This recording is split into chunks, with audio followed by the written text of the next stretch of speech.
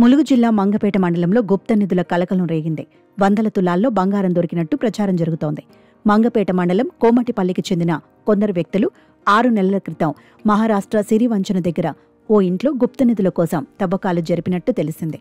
ఈ తవ్వకాల్లో ఓ రాగి బిందె బయటపడినట్టు ముఠాలోని కొందరు సభ్యులు వీడియో తీశారు. అందులో 36 బంగారం బిళ్లలున్నాయని, ఒక్కో బిళ్ల 23 గ్రాములున్నట్లు చెబుతున్నారు. పంపకాల్లో గొడవలు కావడంతో విషయం బయటపడింది. దీంతో కేసు నమోదు చేసిన పోలీసులు విచారణ జరుపుతున్నారు. అయితే బంగారం ఏమీ దొరకలేదని పోలీసులు చెబుతున్నారు. ఫస్ట్ మా బండి కిరాయికి రమ్మన్నాడు సార్. రమ్మంటే ఎవరైనా ఈ ప్రేమ బండి కిరాయికి రాని అంటే పోయినాం సార్.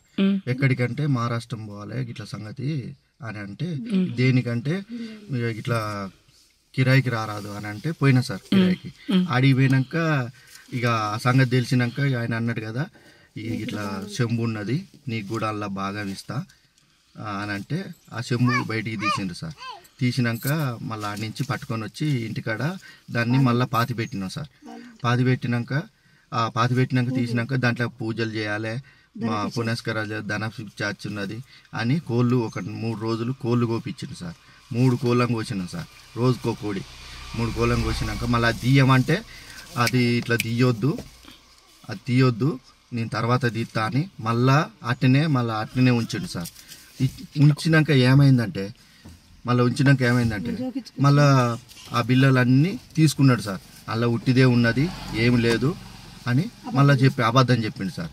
మళ్ళీ బిల్లలు ఉన్నాయని మళ్ళీ చెప్పిండు సార్. ఇవన్నీ జోకించుకొచ్చింది సార్. జోకించుకొచ్చినాక ఒక్కొక్కటి 23 తులాలు ఉన్నది సార్. ఒక బిల్ల 23 తులాలు ఉన్నది.